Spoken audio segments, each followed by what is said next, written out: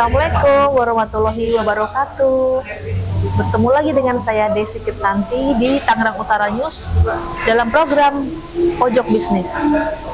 Oke, kebetulan saat ini kita sedang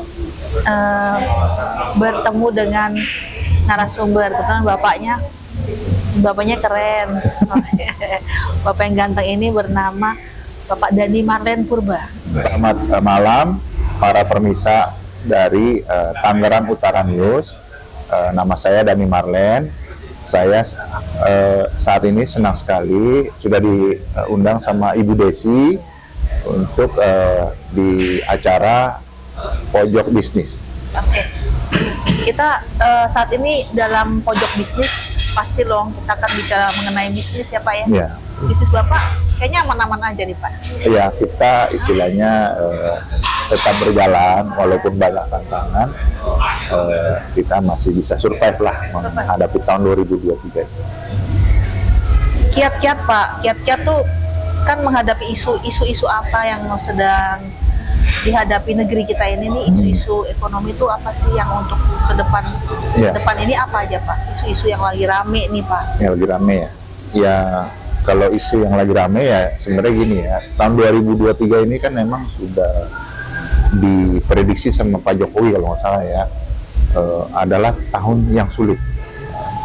Jadi mungkin kita harus sedikit berhati-hati jika kita nanti akan ekspansi atau mempertahankan bisnis yang sudah ada, sehingga itu kita lebih wise ya, jangan sampai nanti kita jadi orang-orang yang terkena atau tersapu sama krisis ya. Karena ini kan bukan sekali dua kalinya kita pernah mengalami kondisi kayak gini ya.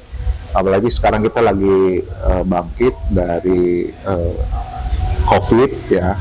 COVID dari tahun 2020 kita berusaha bangkit sampai tahun 2023, tapi tidak semudah yang kita mungkin perkirakan. Tapi ya kita bisa punya optimisme supaya kita tetap terus berjalan. Biasanya kalau krisis ini sebetulnya hanya menakut-nakuti atau memang benar krisis Pak? Dari data dari pemerintah atau kita lihat kadang-kadang masyarakat itu masih ada yang pergi jalan, masih ada yang bisa memperluas usahanya, belanja itu gimana tuh Pak kayak gitu? Iya, jadi gini, kalau dari ininya aja ya, dari data ya, itu kan mungkin Menteri Keuangan udah bilang ya, kita pertumbuhannya masih sekitar 5% ya. Jadi ekonomi kita itu sebenarnya tetap boleh dibilang tetap kuat ya. Jadi Indonesia itu masih bisa bertumbuh dibandingkan negara-negara lain yang sudah minus gitu ya. Jadi berarti kan kita kegiatan ekonomi kita kan tetap berjalan walaupun ada krisis di benua Eropa, Amerika dan segala macam, belum ada perang Rusia Ukraina dan sebagainya. Ternyata kita secara negara kita bisa mempertahankan kelangsungan ekonomi kita. Misalnya kalau dibilang orang Indonesia masih banyak yang belanja pergi ke luar negeri, itu menandakan bahwa emang kita itu masih masih punya banyak duit gitu ya. Bandara penuh ya? Bandara penuh, ngantri, haji ngantri. Apalagi ntar Lebaran ya udah full book, ntar apa segala macam. Nah, saya pikir itu adalah tanda yang bagus bahwa emang ekonomi kita tuh tetap jalan walaupun di luar sana negara-negara Eropa, Amerika udah banyak yang kesulitan gitu, krisis ekonomi. Terus pertumbuhan mereka mungkin banyak yang udah minus gitu kan. Tapi ya kita tetap kuat. Jadi saya pikir itu bisa menjawab kenapa kita banyak yang kayaknya masih aja gitu shopping gitu. Ya. Kebetulan juga kan saya tuh banyak dengar juga banyak kaum kita tuh, kaum muda tuh sudah urbanisasi ke daerah ya, untuk membangun daerahnya, bangun pangan, lebih bercocok tanam, udah membangun karena kejadian kemarin kan, yaitu mungkin salah satu juga kiat-kiat dari mengatasi masalah ekonomi ya Pak ya.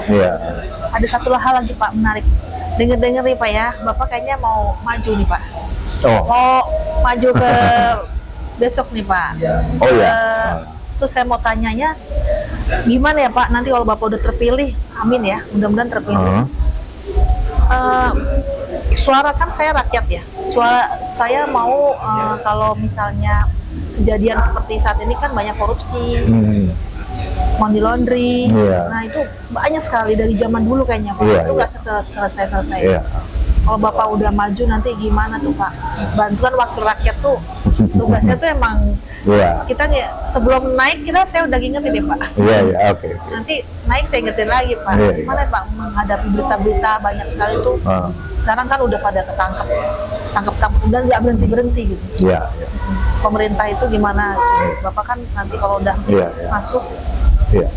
Jadi gini, benar Bu Desi, kalau tahun 2024 ini mungkin saya akan berpartisipasi untuk mencalonkan diri sebagai calon legislatif, mungkin di daerah Jakarta ya, Jakarta Selatan. Nah, itu mungkin kita itu, saya secara pribadi memang punya impian, punya cita-cita dari istilahnya teman-teman yang ada di Jakarta, gimana caranya kalau Jakarta ini menjadi lebih baik ya.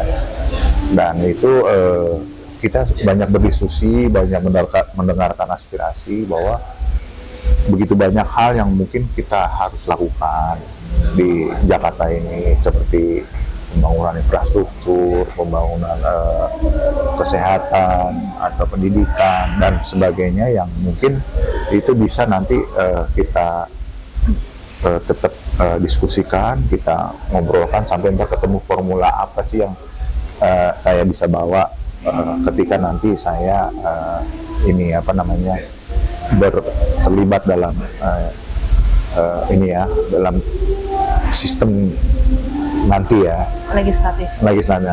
Nah, kalau misalnya emang ada beberapa kendala ya, jadi emang negara ini sekarang lagi mengalami tantangan ya, kayak misalnya kita dengar berita terakhir ini, misalnya di Departemen Keuangan itu banyak orang yang sangat apa ya, kita merasakan kok kayaknya miris ya, ada orang punya duit ratusan miliar, terus hidup dengan gaya foya-foya, terus di Instagramnya penuh dengan ini ya, apa sih namanya, story-story yang sangat ini ya, apa, membuat kalau kita mencoba melihat dari masyarakat umum, mungkin ini orang kok duitnya banyak banget sih gitu ya. Nah itu nggak di situ aja tantangannya, misalnya di pemerintahan atau di apa namanya, di parlemen, orang-orang sangat menunjukkan apa namanya, kesombongan mereka begini begitu, terus kayaknya rakyat tuh nggak terlalu didengar gitu ya, dan mereka kayaknya udah pokoknya kepentingan mereka aja yang dia ini. Apalagi sekarang yang sangat ngetop itu adalah di institusi penegakan hukum, ya kan? Penegakan hukum, saya ngeliat kok begitu banyak petugas itu yang istilahnya ada yang apa ya, bisnis yang melanggar hukum gitu kan. Mungkin ada yang mendukung apa namanya, kejahatan narkoba, premanisme dan segala macam. Nah itu saya pikir itu PR buat kita ya. Lagi Pak, pelaku. Ada yang pelaku lagi sidang segala macam, dan mereka kayaknya tuh begitu leluasanya bisa melakukan apa saja gitu ya. Dan kadang-kadang mereka lolos juga dari. Nah akhir-akhir ini juga ada juga yang ketangkep. Nah, saya pikir itu tantangan kita di masa ke depan, bahwa ya Indonesia ini emang nggak boleh berhenti di situ aja gitu ya. Ini masih banyak PR kita, Bu, mulai dari penegakan hukum, supremasi hukum, keadilan sosial. Itu begitu banyak yang orang-orang itu nggak peka, sampai akhirnya begitu banyak perlawanannya dari netizen, dari masyarakat sipil yang istilahnya nggak mau situasi ini berjalan begitu aja gitu. Jadi ada perbaikan. Bapak kayaknya bisnis ini ya, apa bisnisnya terus lah ya berkembang ya pokoknya terus mencari ya. Nah, ini berkaitan nggak dengan dulu sekolahnya di mana, Pak? Mungkin banyak yang belum tahu nih, anak-anak muda kan. Di mana sih sekolahnya? Jaketnya apa ya? Kuning kayaknya. Dengar-dengar juga dari mata-mata saya juga jaket kuning nih, Pak. Nah, itu dulu ngambil di mana, Pak? Fakultasnya apa? Ya. Bisnis kah apa? Teknik apa? Jadi saya ini dulu kuliahnya di Universitas Indonesia. Iya. Jaket kuning nih. Oh, jaket kuning. Sama jaket kuning saya di cocok nanti, lah ya. Partai. Nah, ini saya dulu ngambilnya ini teknik elektro atau kita sebutnya electrical engineering. Jadi yang ngurus-ngurusin inilah ya, tenaga listrik, ya kan, dan sebagainya. Terus kemudian lanjut di manajemen. Manajemen apa, Pak? Manajemen strategik. Strategi, oke. Jadi itu saya ngambil strategi macam-macam, Pak. Strategi perang, politik, bisnis sih. Strategi bisnis lah, karena kan itu fakultasnya kan fakultas ekonomi dan bisnis. Itu bisnis strategi bisnis itu di Universitas Indonesia juga atau di tempat lain? Enggak, di Universitas Gadjah Mada di Jogja. Bagus semua loh. Nih, buat anak muda yang lihat ya, tokoh kita hari ini, beliau untuk kuliahnya di UI loh. Di Gadjah Mada juga. Masih suka silaturahmi nggak, Pak? Masih. Kan kadang-kadang suka jadi dosen terbang atau pembicara untuk adik-adik kita di sana. Iya, jadi semangat. Mereka kan ada motivasi dari ini. Saya banyak suka ada ini kan perkumpulannya kan? Iya, saya banyak terlibat di ILUNI ya, Ikatan Alumni Fakultas Teknik Universitas Indonesia. Jadi ya di situ kita inilah bantuin teman-teman lulusan yang mungkin baru sampai yang udah pensiun, kita kumpul bareng-bareng untuk diskusi tentang kita mau ngapain nih, bisnis atau ada kegiatan sosial yang mesti kita lakukan. Jadi saya di UI ini masih ada inilah ikutan ya. Iya. Berarti buat mahasiswa yang di UI ini, kalau suka lihat Bapak ya, Pak Denny Malen besok kan mau nyalek, jangan lupa dicoblos ya. Dicoblos ya, saya dukung deh pokoknya. Iya. Oh iya Pak, dengar-dengar Bapak kayaknya jangan-jangan ngajar juga di UI ini. Jangan-jangan. Ya mungkin sekali dua kali saya pernah jadi dosen tamu.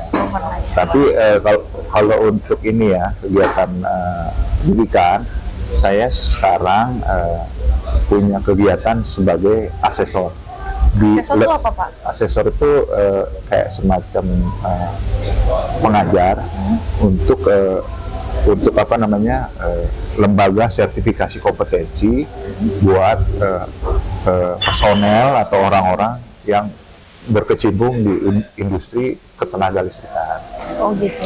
Jadi saya memberikan materi yang nanti itu menjadi bahan yang diujikan di lembaga sertifikasi kompetensi, dan kita refernya ke Kementerian ESDM.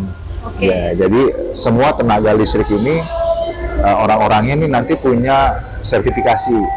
Jadi mirip kayak dokter atau kayak pengacara.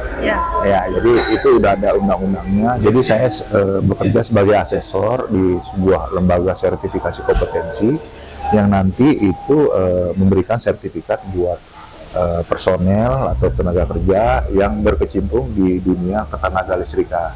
Jadi kita refernya ke Kementerian ESDM. Jadi semua personel yang bekerja di dunia ketenaga listrikan harus mempunyai kompetensi itu supaya dia bisa bekerja di dunia ketenaga listrikan. Mungkin itu yang saya mau jelaskan, bahwa saya bukan dosen tetap, tapi sebagai asesor.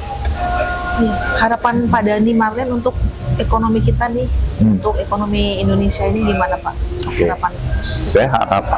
Saya punya harapan bahwa pemerintah mempunyai ini ya, program-program yang istilahnya bisa membantu seluruh masyarakat Indonesia untuk bisa bangkit dan ekonomi kita tetap berjalan. Dan saya harapkan sih bahwa pertumbuhan ekonomi kita ini tetap maju. Kita jangan pedulilah dengan krisis ekonomi yang ada di luar, terus ada pertempuran dolar sama yuan segala macam. Udah, kita ini aja urusin negara kita sendiri.